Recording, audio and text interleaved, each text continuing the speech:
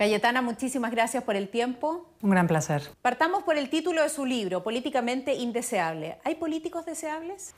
Es una buena pregunta.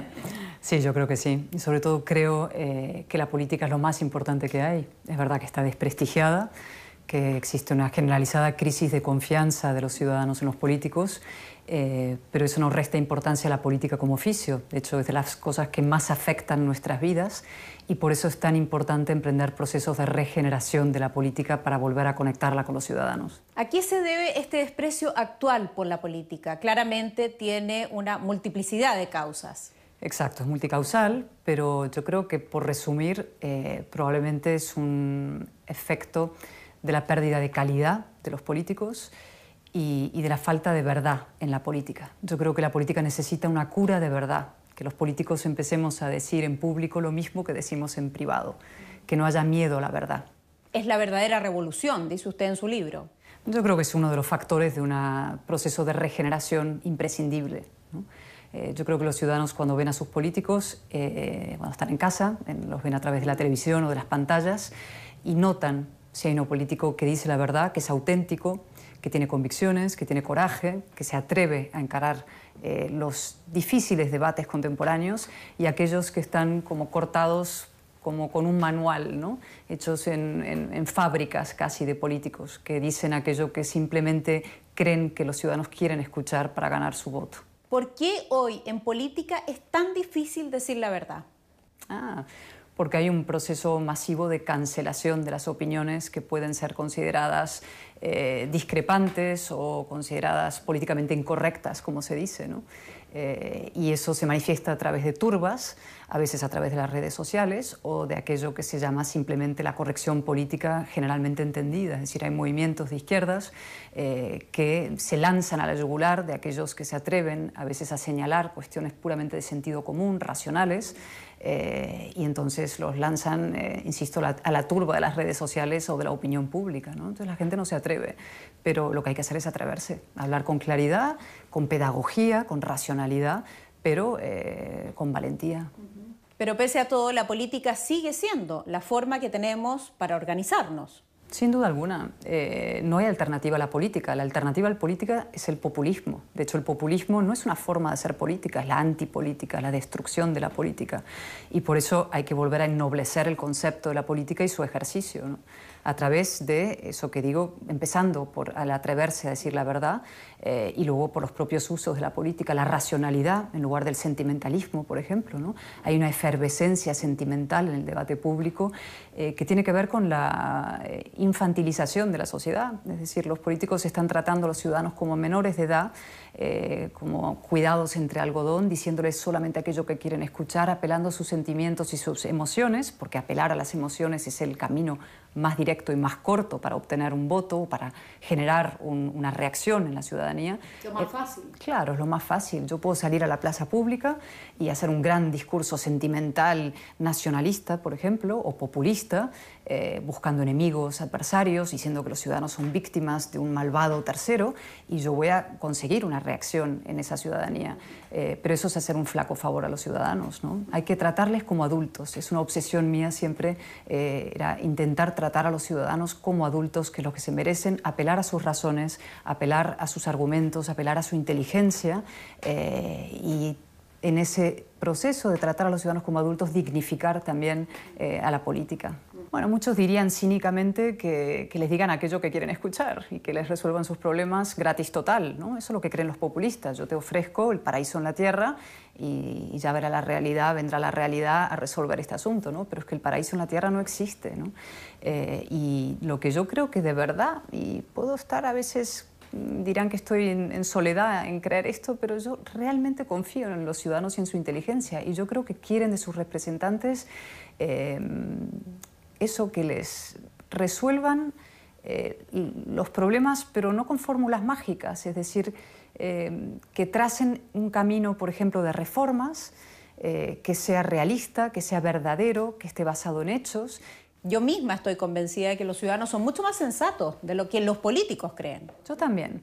Y yo creo que uno de los problemas de la política es que los políticos desprecian a los ciudadanos y a su inteligencia. Les tratan como niños, o como menores de edad, o como borregos, por ser casi despreciativo, ¿no? Es decir, como masas lanares que se van a mover en una dirección o en otra simplemente en función de pulsiones más básicas y más sentimentales. Y yo confío realmente en la inteligencia de la gente y creo que hay que apelar a esa inteligencia y en cualquier caso hablarles con el máximo nivel posible para subir el nivel del debate público, ¿no? Se está viendo en los parlamentos, yo soy parlamentaria en España, una degradación permanente del debate político y público, ¿no? Con eso que se llaman sascas, que son simplemente tomas y dacas entre grupos parlamentarios, frases hechas, frases fáciles para Twitter. La twitterización de la política lo está invadiendo todo, ¿no? En lugar de aquellos discursos, sin ponerse tampoco nostálgico, pero discursos de hace unos años donde los parlamentarios intentaban hilvanar argumentos, apelar a la inteligencia de la gente, construir razones, ganar adeptos a través de la pedagogía política y no simplemente la pulsión emocional. ¿Cómo se aborda la política desde esta nueva plataforma, de esta twitterización de la política? No me sumo a la letanía general de despreciar las redes sociales, decir, oh, horror, nos ha causado tanto daño, ¿no? O sea, Twitter, por ejemplo, es una red social que yo utilizo, me informo a través de muchas de sus canales y cauces, busco a gente inteligente que dice cosas inteligentes que también están en Twitter, ¿no? No hay que despreciar ese mundo porque además es parte del aire que respiramos hoy en día, no va a desaparecer, con lo cual forma parte de los nuevos usos de la política. El problema es que es verdad que en Twitter se da, como en la política o en el mundo en general ahora, la gran polarización, es decir, es un campo de batalla cultural feroz donde se crean ejércitos de mucha gente emboscada además en el anonimato y que lanzan a la yugular de unos y otros y especialmente los que están tomando decisiones políticas. El problema es cuando ese político se siente aludido, interpelado y amenazado y cede ante el chantaje de una turba anónima en Twitter, ¿no? Y toman decisiones legislativas o votan en un determinado sentido por la horda que les acosa en Twitter, ¿no? Eso es el problema de la twitterización, por una parte. Y el segundo es cuando los políticos convierten un debate parlamentario o argumentado en un hilo de Twitter, es decir, que buscan 140 caracteres con mayor impacto para tener muchos likes, ¿no? En lugar de pensar en el interés nacional, se buscan el me gusta, el like, el retuiteo, ¿no? Como si eso fuera el reflejo de la sociedad real, y eso no es verdad, ¿no? Pareciera más peligroso entonces cuando la twitterización de la política llega hasta el gobierno. Sí, por supuesto. Es decir, cuando hay una infantilización, puerilización y polarización en los gobiernos o cuando hay gobiernos sectarios. Yo creo que uno de los grandes problemas que tenemos desde luego en Chile y en España, donde se pueden trazar serios paralelismos, es que pasamos de una lógica de integración del otro, que fueron al final nuestras transiciones, abandonamos dictaduras para entrar en procesos constituyentes de integración de los distintos en un proyecto común de libertad y de igualdad, a lógicas ahora schmittianas de odio al otro, de enemigo y de polarización y enfrentamiento y la negación del que es distinto y piensa diferente, ¿no? Y cuando eso se empieza a promover desde las propias instituciones gubernamentales, entonces tienes un serio problema político. Cayetana, en Chile tenemos lo que conocemos, ¿no?, como la demanda de la calle, con ciudadanos con necesidades fundamentales. Voy a mencionar solo 3 que son muy relevantes: las pensiones, la salud, últimamente la vivienda, que de cierta forma chocó, ¿no?, con la lista o el listado de prioridades que manejaba la propia élite. Luego del estallido social hay un intento por reordenar estas prioridades. La pregunta es, ¿cómo se logra reordenar estas prioridades sin caer en las garras del populismo? Por resumir, vamos a ver si se puede resumir un proceso, ¿no? Que insisto, hay un cierto paralelismo con España, ¿no? Nuestros dos países pasaron de órdenes iliberales, es decir, de dictaduras, a un orden liberal, es decir, modelos constitucionales, y tienen riesgo de caer en los caos iliberales, en el caos iliberal, ¿no? En procesos de desintegración, descomposición y decadencia. En el caso de Chile, ustedes han ido más rápido que nosotros, ¿no? Nosotros tomamos la delantera en un momento dado en este proceso de descomposición y de desintegración nacional y del concepto de ciudadanía, que podemos entrar luego más a fondo, pero nos han tomado la delantera con gran velocidad en ese proceso de descomposición y posible decadencia e incertidumbre, ¿no? Eso nace a través de movimientos violentos en la calle, es decir, se convierte un descontento coyuntural en una ruptura estructural. Eso es muy importante, ese salto que ustedes dan, y muy peligroso y muy arriesgado. O sea, un descontento coyuntural, tiene que ver con una coyuntura concreta, que puede ser abordado a través de enmiendas o de reformas políticas o de soluciones políticas, de pronto se convierte en una ruptura estructural del régimen constitucional o del sistema constitucional. ¿El proceso de abdicación del presidente Sebastián Piñera fue demasiado pronto? En mi opinión fue un error, lo he dicho. Yo creo que se cedió, porque muchas veces podemos entrar luego en el centro derecha, pero desde los gobiernos hay miedo a esos movimientos y en lugar de intentar enfriar la pelota, por decirlo de una manera, o intentar abordarlo de una forma a través de reformas políticas o incluso de la propia pedagogía política y la batalla de las ideas, la batalla política puramente dicha, lo que se hace es abdicar y apaciguar pensando que así se va a calmar ese movimiento, ¿no? Y en general los apaciguamientos acaban envalentonando a quienes inician los procesos de ruptura o incluso llevándose por delante instituciones o consensos básicos. Y el caso de Chile es un caso de manual. Chile ha pasado de ser un modelo a un antimodelo, un modelo de racionalidad, reformismo y reconciliación, como lo fue España también, y también como España se está convirtiendo en un escaparate de la irracionalidad, del sectarismo y de la frivolidad en unos sentidos. Es decir, cuando vemos algunos de los episodios en la Comisión Constituyente y lo que ha pasado, es decir, ese no es el Chile ejemplar que uno tenía en mente, ¿no? Que ha sido ejemplo y modelo para tantos países. Me gustaría saber qué opinión tiene usted sobre el trabajo que está llevando adelante la Convención Constitucional. ¿Va a compartir con un grupo de ellos, con un grupo de convencionales, los convencionales de derecha? Sí, voy a ir porque me interesa mucho hablar y escuchar, sobre todo de primera mano, el testimonio de los miembros de esa convención. Yo creo que el problema es que más que una convención constituyente se está convirtiendo en un proceso disolvente. Las constituciones se crean para integrar a los países, es decir, empecinadamente hacer eso que yo hablé un día de España, dije es la empecinada voluntad de vivir juntos los distintos, ¿no? España se constituye como nación democrática en el año 78 para integrar a los distintos en un proyecto común. Se integran a monárquicos y a republicanos, a ateos y creyentes, a catalanes y castellanos, a gente distinta. El proceso de la Convención, por lo que estoy viendo hasta ahora, en lugar de ser constituyente, empieza a ser disolvente, intenta buscar las diferencias entre chilenos, ¿no? Estableciendo a través de criterios identitarios y colectivistas diferencias entre los chilenos e incluso estableciendo sistema judicial distinto, es decir, es un proceso de deconstrucción y de descomposición de la nación chilena, no de constitución de la nación chilena, y eso me preocupa profundamente. ¿Y es que acaso no podría leerse efectivamente como un proceso democrático que logra dar visibilidad a grupos que estuvieron en segundo, en tercer, en cuarto plano durante muchos años? A ver, para empezar eso sería, vamos a empezar por la premisa previa, ¿no? Dar por hecho que Chile no ha sido una democracia estos 40 años.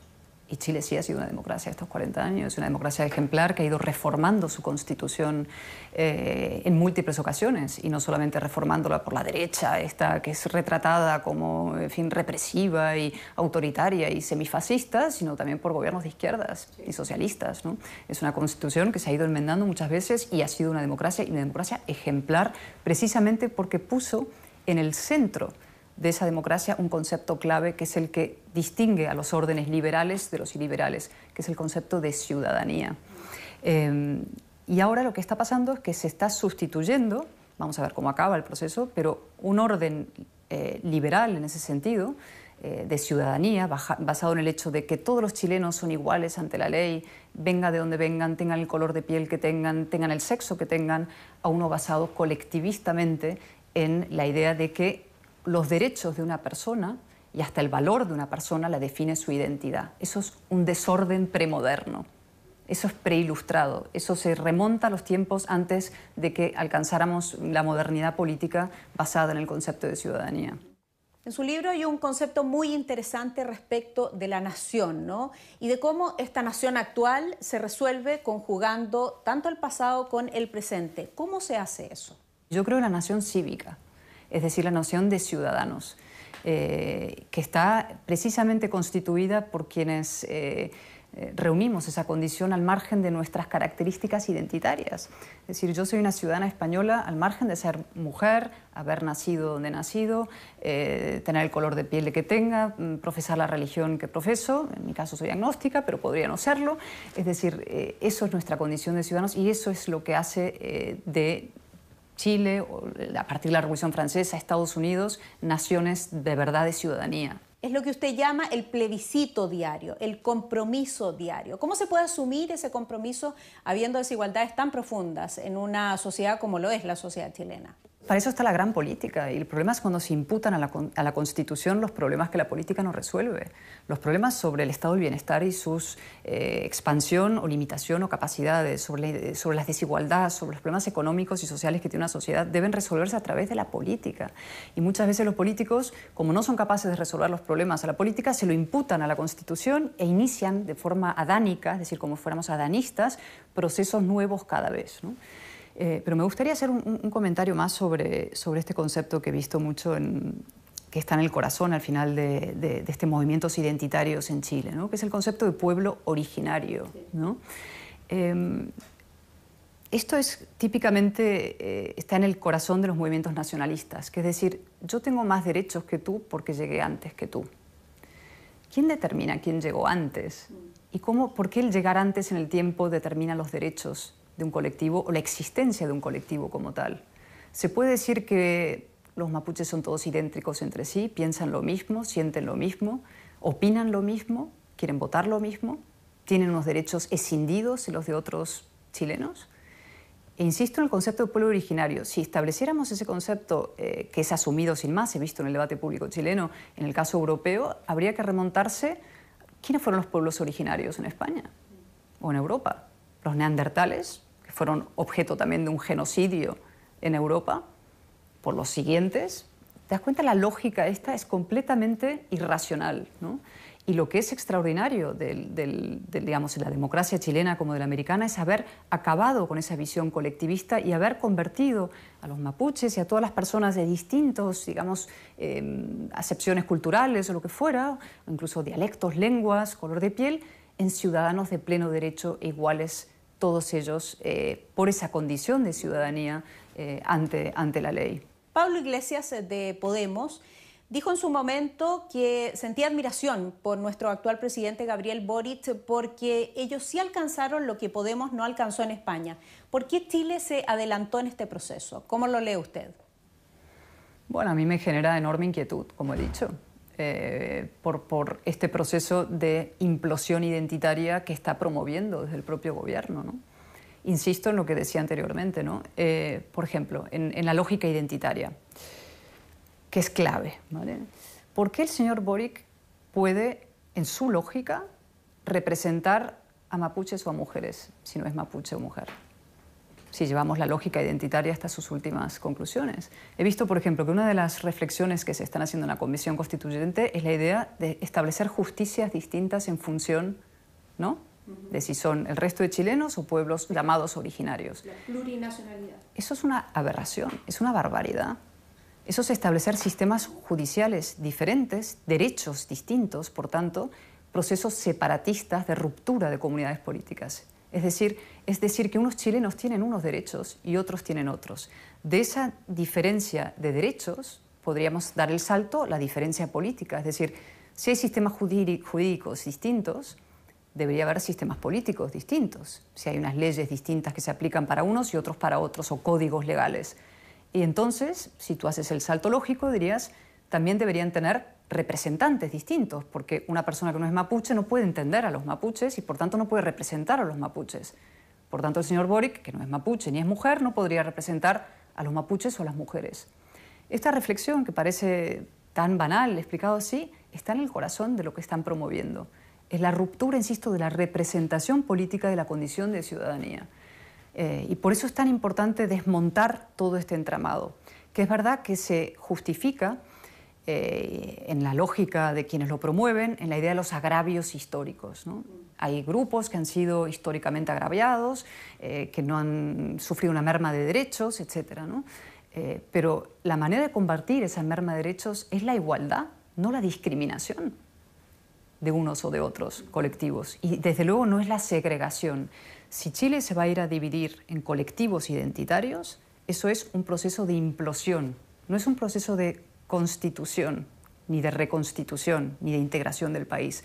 Es un proceso, insisto, de fragmentación de la base democrática, del suelo, del demos, que es de la soberanía, se divide en colectivos, y esos colectivos siempre acaban en esa lógica, en un enfrentamiento.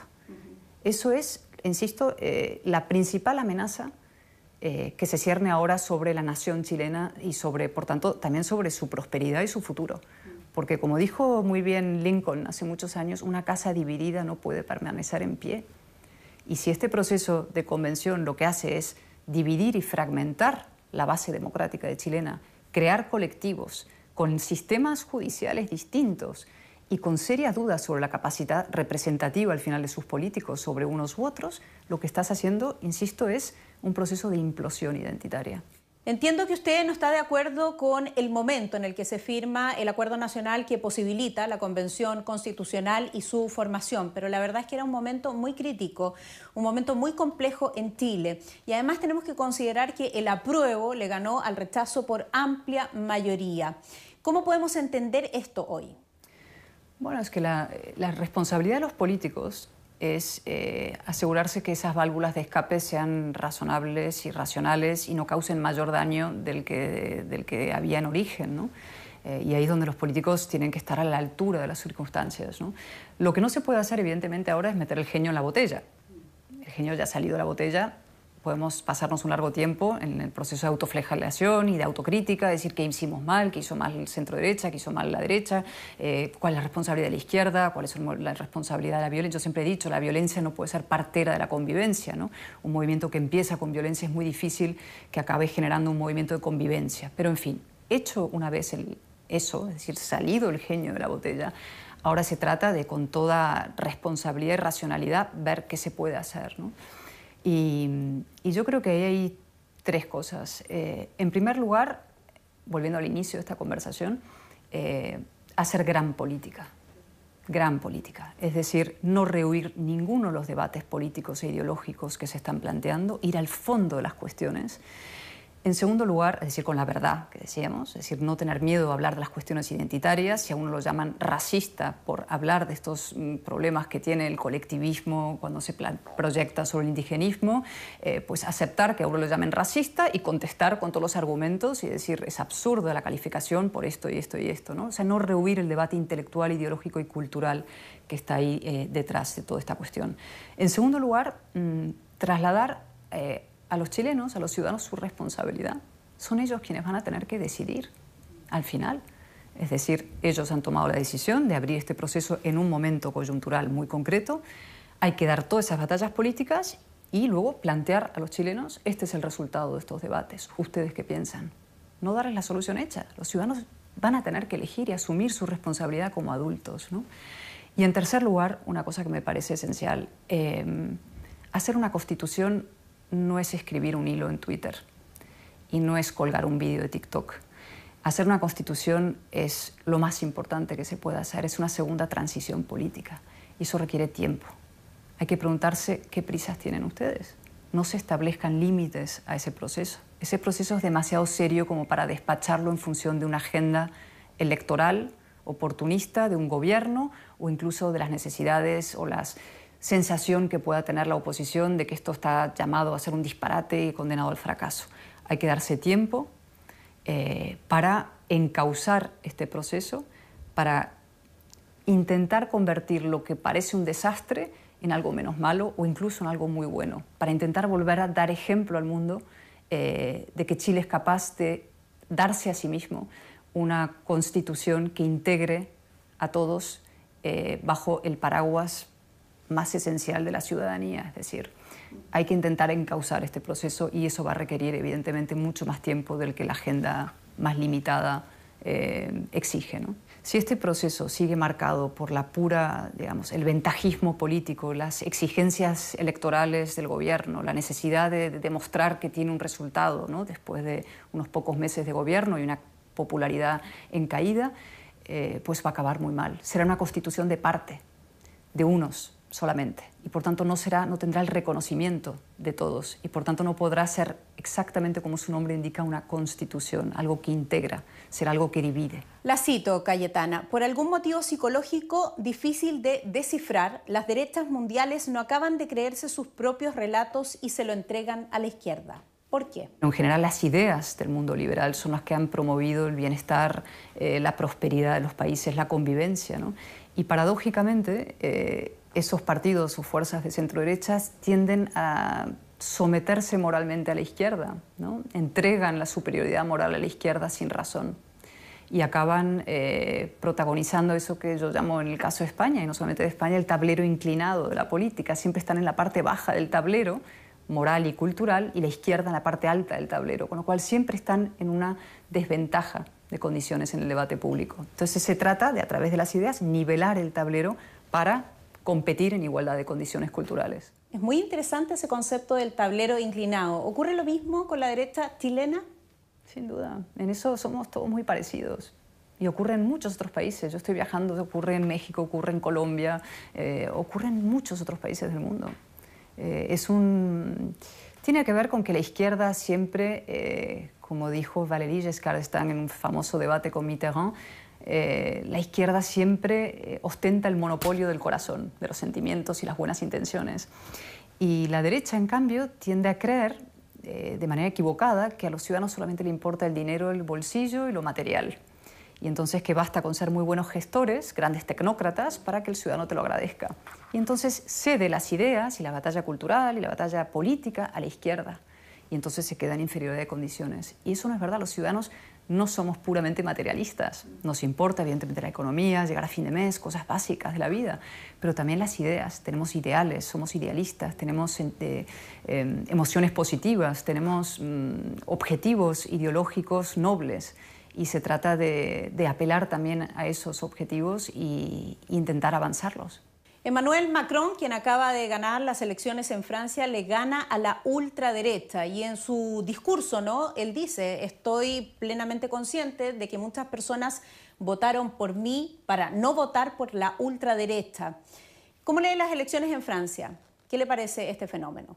Macron ha conseguido algo extraordinario, que es desde el centro político derrotar a la izquierda y a la derecha populistas y radicales, ¿no? A la ultraderecha y la ultraizquierda, porque no es solamente a Le Pen, es a Le Pen y Mélenchon, ¿no? Son dos fuerzas de extremistas, populistas, que apelan a los sentimientos. Y él ha obtenido esa victoria sin caer en la demagogia, sin caer en el entreguismo, y defendiendo la racionalidad en la política y una concepción exigente y adulta de la política. Y yo creo que es un resultado muy importante sobre el que hay que construir. Ahora hay legislativas que van a ser ferozmente competitivas, pero yo creo que es una esperanza, sí.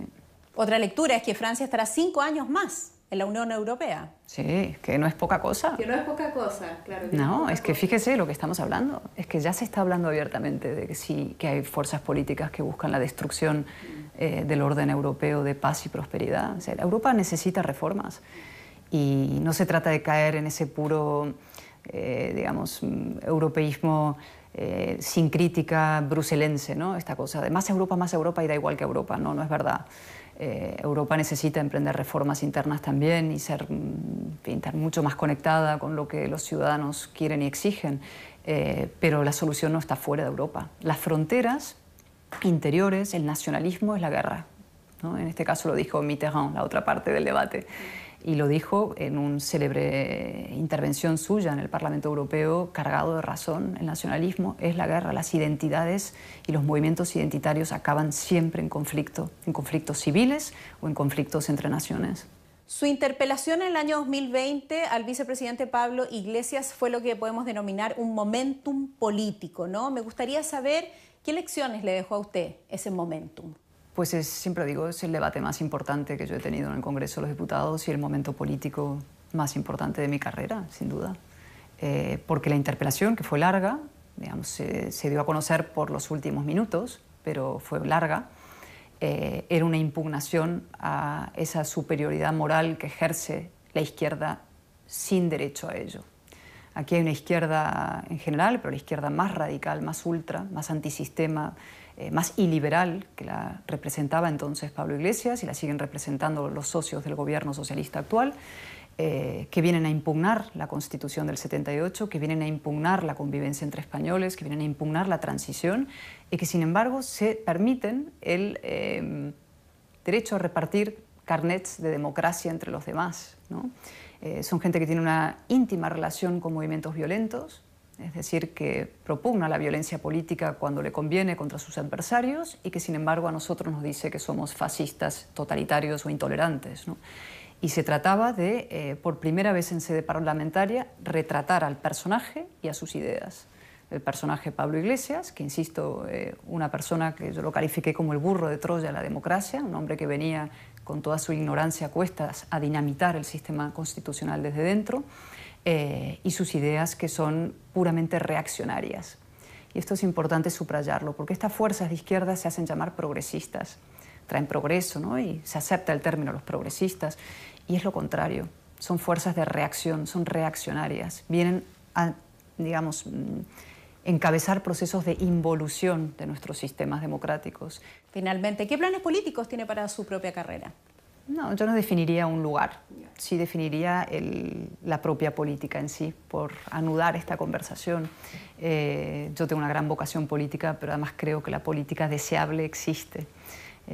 Hay mucha gente que cínicamente dice, no, la política es un oficio al final sucio y tiene que ser sucio por definición. Es decir, las mentiras forman parte de la política, el cinismo forma parte de la política, el apaciguamiento, el tacticismo, ¿no? Y yo digo, no necesariamente. La política puede ser un oficio ejercido con la máxima dignidad y de acuerdo con los más nobles principios e ideales, ¿no? Puede haber una política deseable y esa política deseable es necesaria. Y para eso hace falta que personas que tengan esta noción de la política sigan en el ejercicio de la política. Mucha gente me dijo cuando escribí el libro, estaba escribiéndolo, bueno, pues tú escribirás el libro y ya después de la crítica general que haces a cómo está funcionando la política deberías ya dejarlo, irte fuera de la política. Pero eso es tirar la toalla y rendirse. Y eso hubiera sido como decir, pues la política no tiene remedio, ¿no? Y yo sí creo que tiene remedio, no solamente tiene remedio, sino que ha de tenerlo. Cayetana, muchísimas gracias por su tiempo, un gusto conocerla. Muchas gracias a ustedes.